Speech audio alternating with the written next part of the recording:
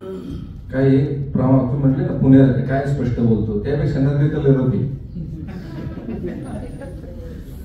आणि तुमचं एम.ए. 11 वगैरे तिकडे तर एका वाक्यात एक शिवी नाही दिली तर तब्येतच तपासले ते.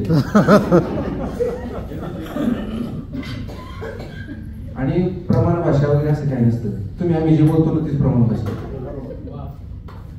बाकी काहीच नाही. तुम्ही आम्ही बोलतो ना तीच प्रमाण भाषा आहे. एक आता विषयांतर होईल थोडस एका ठिकाणी आपण याच्यामध्ये एक मध्यम मार्ग काढलेला आहे. आपण चहा पान घेताना सुद्धा आपण पावडीशी संवाद साधू शकणार आहे. बाहेरचं चहाची किती आत आणलेली आहे. सर तुम्ही एका ठिकाणी ना सर फार महत्वाचं आहे. म्हणजे हॉटेल गेटवे नाशिकचे कुणी असेल तर माहिती, हॉटेल ताज, जुनं ताज होतं आता गेटवे झालं. कार्यक्रमाला गेलो होतो. आपण ग्रामीण भागातले विद्यार्थी, आपल्याला कशी हिंदी इंग्लिश येते आपलं नाही का, जसे सर्व स्तरांची मराठी तशी आपली हिंदी. तर तिथं जोर जोक चालले होते इंग्लिश मध्ये, आपल्याकडे हिंदी आहे ना. जोक झाले का मी हसायचो. माझा मित्र म्हणलं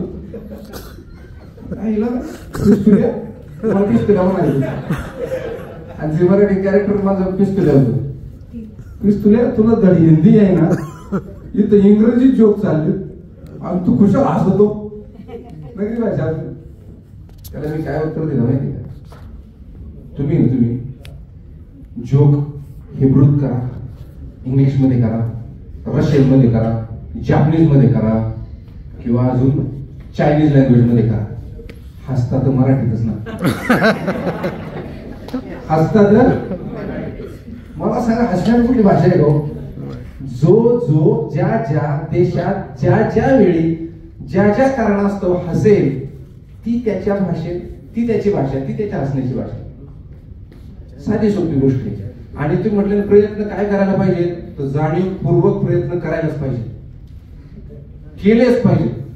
गुड मॉर्निंग, गुड इव्हनिंग ते का करायचं आपण, मला सांगा. ते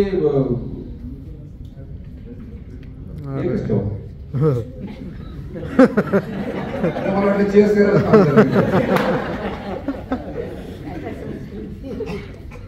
बरोबर. दारू पिऊ नका, दारू फार वाईट आहे. बोट घेतलाय तुम्ही, गडबड होईल. दारू पिऊ नका, दारू फार वाईट आहे असं सांगणाराच पिऊन टाईट आहे. होत असतं. तर आपण आहे ना पहिल्यांदा आहे ना आपल्या प्रत्येक बोलण्यामध्ये, प्रत्येक संवादामध्ये, प्रत्येक कृतीमध्ये मराठी भाषा वापरली पाहिजे. हा, व्यवहाराची भाषा, ऑफिसची भाषा असू शकेल इंग्लिश, तुमची जे काय त्या स्टेटची असेल ती. पण जिथं जिथं मराठी माणूस बसलाय, जिथं जिथं आपल्याला शक्य आहे तिथं मराठी बोलू शकतो ना आपण. ठीक आहे.